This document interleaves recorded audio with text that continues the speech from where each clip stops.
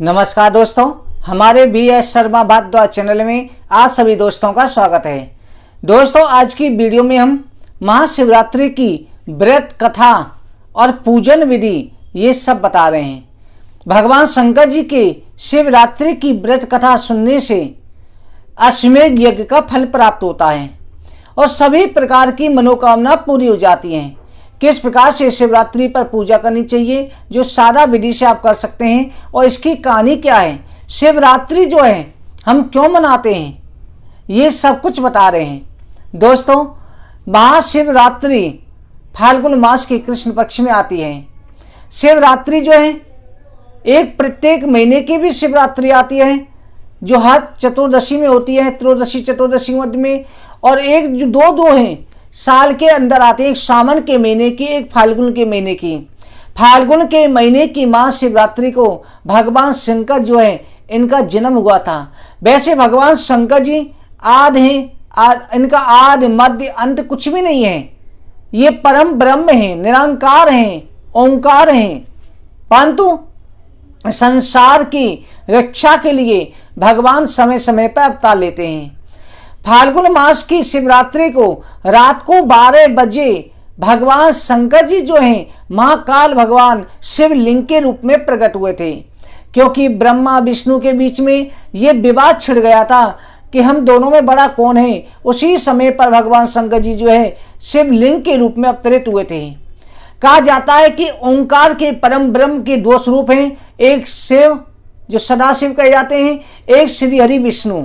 ये दोनों ही ओंकार के रूप हैं। ब्रह्मा भी इनके तेज से उत्पन्न है, परंतु जो पूजनीय हैं, जो मुक्ति के दाता हैं, वो हरि हर हैं। हर हरि इन दोनों की पूजा सर्वश्रेष्ठ मानी जाती है। तो शिवरात्रि के दिन रात को 12 बजे भगवान शंकर जी प्रकट हुए थे और इस दिन भगवान शंकर जी का विवाह हुआ था। और सावन की शिवरात्रि को जो है भगवान शंकर जी गौना करके लाए थे पार्वती का, तो इसलिए दोनों ही शिवरात्रि मनाई जाती हैं। और सावन की शिवरात्रि पर दक्ष का भी उद्धार किया था। दक्ष का जब बकरे का सिर लगाया फिर उसने बम बम शब्द का उच्चारण किया था। इसलिए शिवरात्रि के दिन भगवान शंकर जी की कथा जरूर सुननी चाहिए।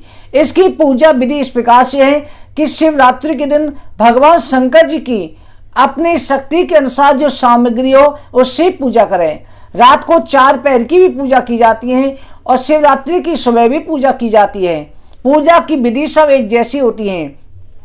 वैसे तो दूध, दही, शहद, घी, शक्कर, गंगाजल, पंचामृत से अभिषेक किया जाता है, बेलपत्र चढ़ाए जाते हैं, भांग धतूरा सब कुछ चढ़ाया जाता है, जो पूरी सामग्री हमने अभिषेक में बता रखी है। परंतु अगर आपके पास में कुछ भी नहीं है तो आप गंगाजल और बेलपत्र चढ़ा करके तब भी शंकर भगवान की पूजा कर सकते हैं। गंगा जल चढ़ाओ, बेलपत्र चढ़ाओ और साथ में भगवान को चंदन लगा दो, धूप दीप दिखा दो, इतने से ही भगवान शिव जी की पूजा हो जाती है। शिवरात्रि पर भगवान का व्रत अवश्य रखना चाहिए। भगवान शिव जी का व्रत रख करके उनकी जो है आराधना करनी चाहिए, पूरा दिन भक्ति से बिताना चाहिए। मनोच्चा प्राप्ति के लिए भी भगवान शिव जी के सामने उपाय किए जाते हैं। शिवरात्रि की कथा इस प्रकार से है कि शिवरात्रि की इस प्रकार से पूजा कर ले में आप गंगा जल चढ़ा करके उसके बाद भगवान चंदन को टीका लगा करके त्रिपुंड के रूप में टीका लगा में चंदन का प्रयोग करें और उसके बाद में जो बेल पत्र के पत्ते जरूर चढ़ा दें। ये चढ़ा के धूप दीप दिखा दें। अगर गंगा जल भी नहीं है तो आप जल चढ़ा के भी पूजा कर सकते हैं, क्योंकि जल से भी भगवान प्रसन्न हो जाते हैं। इसकी कथा इस प्रकार है कि एक भील था। भील जो है शिकार करके वाराणसी क्षेत्र में था, शिकार करके अपना गुजारा करता। एक दिन उसके पूर्व जन्म के भाग्य उदय के कारण, कोई पुण्यों के कारण शिवरात्रि का दिन था। शिवरात्रि के दिन उसने शिकार खेलने के लिए निकला।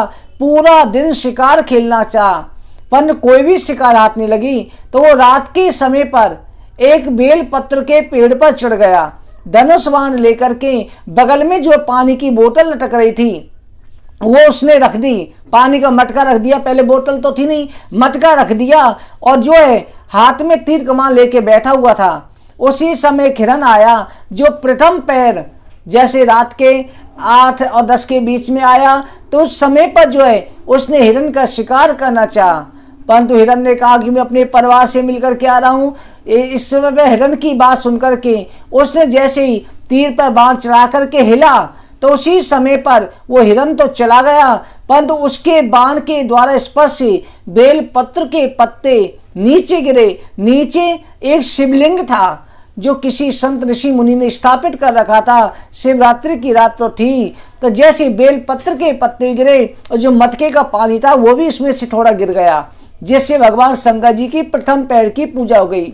दूसरे पैर की पूजा के समय पर रात को 12 बजे फिर दूसरा हिरण वहां पानी पीने आया, तो उस समय उसने बाण चलाना चाहा, वो हिरण भी भाग गया। तो उस समय पर फिर जल और बेलपत्र दोबारा भी गिर गए। फिर चुपचाप बैठा रहा।